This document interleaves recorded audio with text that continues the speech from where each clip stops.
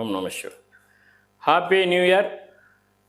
ஆங்கில புத்தாண்டு நல்வாழ்த்துக்கள் 2026. கடகராசி நேயர்களுக்கு ஹாப்பி புத்தாண்டு வாழ்த்துக்கள், ஹாப்பி நியூ இயர்.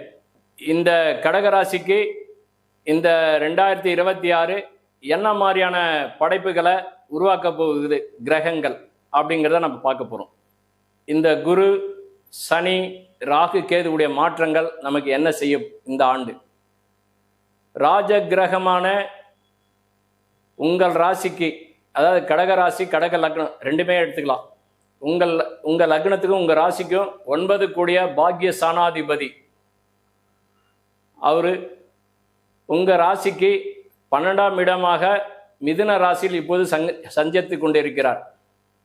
இந்த ஆண்டு மே மாதம், அதாவது மே மாதம் கடைசியில் ஜூன்லேருந்து உங்களுக்கு உங்கள் ராசி மேலே சஞ்சரிப்பார். அதனால் உங்களுக்கு என்ன யோகங்கிறதும் சொல்லிடுறேன். அதுக்கு அடுத்தது இப்போதைக்கு வாக்கிய பஞ்சாங்கப்படி, இப்போ நான் சொல்கிறது எல்லாமே வாக்கிய பஞ்சாங்கப்படி சனி உங்களுக்கு 8ல் தான் இருக்கார், 9க்கு போகலை. அப்போ எப்போனாக்கா 2026 மார்ச் மாதம் 6ஆம் தேதி தான் போகிறார். அப்போ அவர் இப்போதைக்கு கும்பத்தில் தான் இருக்கார். உங்கள் ராசிக்கு 8ன்னு சொல்லக்கூடிய அசமத்தில் தான் சனி போயிட்டு இருக்கார், அட்டம சனியாக சஞ்சரிச்சுட்டு இருக்கார். அவர் கூட இப்போதைக்கு ராகுவும் இருக்கார். ராகுக்கு 7ஆம் இடமான இடத்துல கேது, அதாவது உங்கள் ராசிக்கு 2ஆம் இடமான சிம்மத்தில் கேதுவும் அமைஞ்சிருக்கார். இவங்க தான் பயணிச்சுட்டு இருக்காங்க இப்போதைக்கு. இந்த நிழல் கிரகமான ராகுவும் கேதுவும் எப்போ வெளியே போகிறாங்கன்னாக்கா, கிட்டத்தட்ட இந்த ஆண்டு முழுவதும் இருக்காங்க. டிசம்பரில் தான் வெளியே போகிறாங்க. ஆனால் இந்த ஆண்டு பலன் பூரா உங்களுக்கு அது சாத்தியமாகும். அது என்ன பலன்றதை சொல்லிடுறேன். தற்போது இப்போ வாக்கிய பஞ்சாங்கப்படி தான் இப்போ இந்த கணக்கெல்லாம். உங்களுடைய எதிர்காலம் இந்த 2026 என்ன சிறப்பு, என்னென்ன செய்துகளோ என்னென்ன செய்யக்கூடாதுங்கிறத சொல்லிடுவேன். கடகராசி என்பது சந்திரன், மனம், புத்தி, அறிவு, இது எல்லாம் 3வது தான். இந்த மனம், புத்தி, அறிவுங்கிறது சந்திரன் அந்த வீட்டில் ஆட்சி நிலை பெறுகிறார். சந்திரனுக்கு ஒரு வீடு தான், கடகராசி மட்டும்தான். உச்ச வீடுங்கிறது ரிஷபராசி, 11ஆம் இடம் சொல்லக்கூடிய ராசிக்கு 11, லக்னத்துக்கு 11 கூட எடுத்துக்கலாம். அங்கே தான் அவர் உச்சநிலை பெறுவார். இங்கே தான் அவர் ஆட்சி நிலை பெறுவார். விருச்சகத்தில் நீச்ச நிலை பெறுவார்.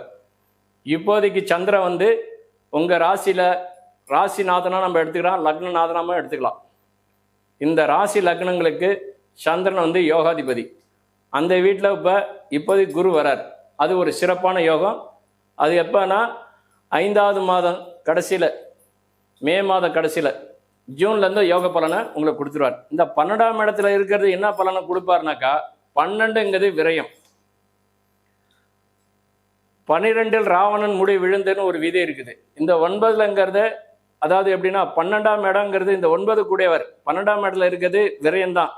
அதாவது பொருளாதாரத்தை விரயம் பண்ணிட்டு இருக்கார். யோகத்தெல்லாம் கொடுக்கல, எல்லாமே லாஸ் தான். நாம் சம்பாரித்து தேவையில்லாததுக்கெல்லாம் நம்ம கொடுத்துட்டு இருக்கோம்.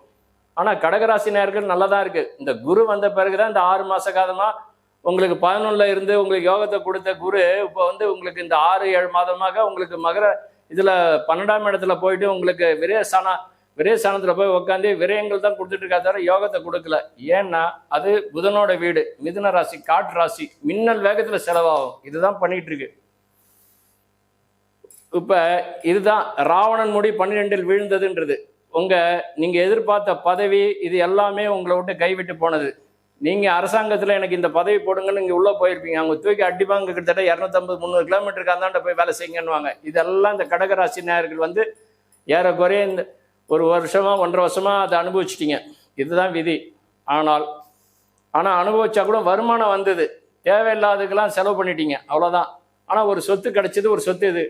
2வது, உங்களுக்கு சனி உங்களுக்கு யோகத்தை தான் கொடுத்துருக்கார், லாபத்தை கொடுத்துருக்கார். ஆனால் சனி உங்களை எந்த குறுக்கீடும் பண்ணலை. அசமத்தில் இருக்கிறாரு, அவருக்கு சங்கடப்படுத்திட்டாருன்னாக்க நான் எடுத்துக்க மாட்டேன். இந்த ராகு கேது தான் உங்களுக்கு சங்கடப்படுத்திருக்காரு, தவிர சனியால் எந்த பாதிப்பும் கிடையாது. கடகராசி நேயர்களுக்கெல்லாம் சனி 8ல் ஆட்சி நிலையாக இருந்தது, யோகமே. அவர் குடும்ப சார்ந்த பார்த்துருக்காரு, குடும்ப சார்ந்த எல்லாமே இருந்திருக்கு. இந்த ராகு கேது எப்போ உள்ளே வந்ததோ, இந்த ஒரு 8-9 மாத காலமாக குடும்பங்களில் சில குறுக்கீடுகள் இருந்தது. அதனால தான், மற்றபடி வேற ஒன்றுமே இல்லை. இந்த கடகராசி நேயர்கள் நல்லா தான் இருக்காங்க. கணவன் ஒரு இடத்துல வேலை செய்வார், மனைவி ஒரு இடத்துல வேலை செய்வாங்க, குழந்தைங்க யாராவது ஒருத்தவங்க பார்த்துப்பாங்க. இதுதான் நடந்திருக்க தவிர பொருளாதாரத்தில் அவங்க கீழே இறங்கலை. படிப்பு, சந்தோஷம், இது எல்லாமே வந்து எதிர்பார்த்தது கிடைக்கல. இவ்வளோதான். அரசாங்கத்தில் இருக்கவங்க தனித்தனியாக தன்னுடைய வேலை என்னவா அந்த வேலையை முடிச்சுட்டு தனியாக இருப்பாங்க. ஆனால் பாரமாக இருந்திருக்கும், நான் இல்லைன்னு சொல்லலை. ஏன்னா 8ல் சனி இருக்காருன்னு நீங்கள் சனியை காட்டாதீங்க. இந்த ராகு கேது உங்களுக்கு இந்த செய்யக்கூடிய குரு வந்து ஸ்தானபலம் கிடைக்கல, விரயங்கள் ஆக்கியிருக்கார். இது ஒன்று.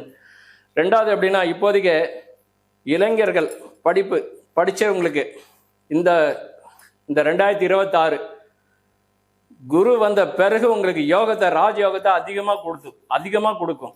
அதாவது என்னங்க, ஜென்மத்தில் குரு வராரு, ராம ஜென்ம வளத்திலன்ற மாதிரி எதாவது ஆகிடணும், பயப்படாதீங்க. ஏன்னா ஜன்ன காலத்திலே உங்களுக்கு சந்திர மேலே இப்போ குரு வரார். இது வந்து கஜகேசரி யோகமாக எடுத்துக்கங்க, இது வந்து பாதகமாக எடுக்காதீங்க. அதனால் அவர் 9 கூடையவர் உங்கள் வீட்டில் இருந்து 9ஆம் இடத்த போய் வலுக்க வைக்கிறார். அவருக்கு 2 ஆதிபத்தியம், தனுசும் அவர் வீடு தான், மீனமும் அவர் வீடு தான். 9வது பார்வையாக தன்னுடைய சொந்த வீட்டை பார்க்குறார். ஆனால் தனுசை பார்க்கல.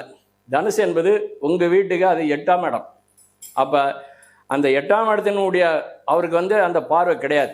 தன்னுடைய 9வது பார்வையாக மீனராசியை பார்க்கறது பாக்கியஸ்தானாதிபதி. உங்கள் பாக்கியங்கள் நிறைவேறும், நீங்கள் நினைச்சது நடக்கும். இந்த 2000 ஆண்டு நீங்கள் தங்கம் வாங்கணும், கடன் வாங்கணும், கடனை கட்டணும், இது இஎம்ஐ முடிக்கணும், இது எல்லாத்துக்கும் குரு உங்களுக்கு வந்து சங்கடப்படுத்தாமல் சந்தோஷத்தை கொடுப்பார். குழந்தைங்களுக்கு காது குத்தல், மொட்டை அடிக்கிறது, கோவில் விசேஷங்கள், கோவிலுக்கு புனஸ்காரம் பண்ணுறது, பூஜை பண்ணுறது, ஆன்மீக அமைப்பு, இது எல்லாமே உங்களுக்கு ஒரு மனசாக நடைபெறும். சுபகாரியங்கள் நிறையா உண்டு, கோவில் வழிபாடு உண்டு, தீர்த்த யாத்திரை, தேவ தரிசனம் போய் வருவீங்க. பெரியவர்கள் இடத்துல ஒரு கௌரவம் கிடைக்கும். ரெண்டாவது வந்து சொசைட்டியில் உங்களுக்கு ஒரு நல்ல நேம் இருக்குது, அந்த கௌரவத்தை அதை பார்த்துக்கும். அரசியல் தலைவர்கள் யாராக இருந்தாலும் இந்த ஆண்டு 7வது மாதத்துக்கு பிறகு அரசியல் உள்ள வந்து ஜெயிக்கிறதுக்கு வாய்ப்பு இருக்குது. 7வது மாதத்துக்குள்ளார எந்த அரசியல் தலைவர்களும் தயவுசெய்து சீட்டு கொடுத்தா கூட வாங்காதீங்க. சீட்டு அப்படி நீங்கள் வாங்கினா கூட அது ஃபெயிலியர் ஆகிடும். அப்படியே நீங்கள் ஜெயிக்கிறீங்க அப்படின்னா கூட உங்கள் ஜனனகால ஜாதகம் உங்களுக்கு என்ன முடிவு சொல்லுதோ அது வழி தான் உங்களுக்கு நடக்கும். ஜனனகால ஜாதகம் உங்களுக்கு நல்லா இருந்தால் தைரியமாக நிற்கலாம், அரசியல் பண்ணலாம், அதில் குறுக்கீடு வராது, வெற்றி உண்டாகும். வெளிநாடு வெளி மாநிலம் போகிறவங்க சம்பாதிக்கணுன்றவங்களுக்கு இந்த இடைஞ்சலே கிடையாது, நல்லபடியாக இருக்கும். நான் சொன்னது அரசியல், அரசாங்கத்தில் நல்ல குறுக்கீடு வராது, நல்ல சந்தோஷமாக இருக்கும். நீங்களே ப்ரொமோஷன் கேட்டாலும் கொடுத்துருவாங்க, அது நல்ல வேலையாக இருக்கும், பயப்பட தேவையில்ல. இந்த ஆண்டு உங்களுக்கான ஆண்டு.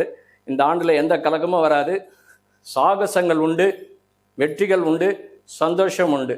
ஆண்டு என்பது உங்களுக்கானது. 2026 வாழ்த்துக்கள்.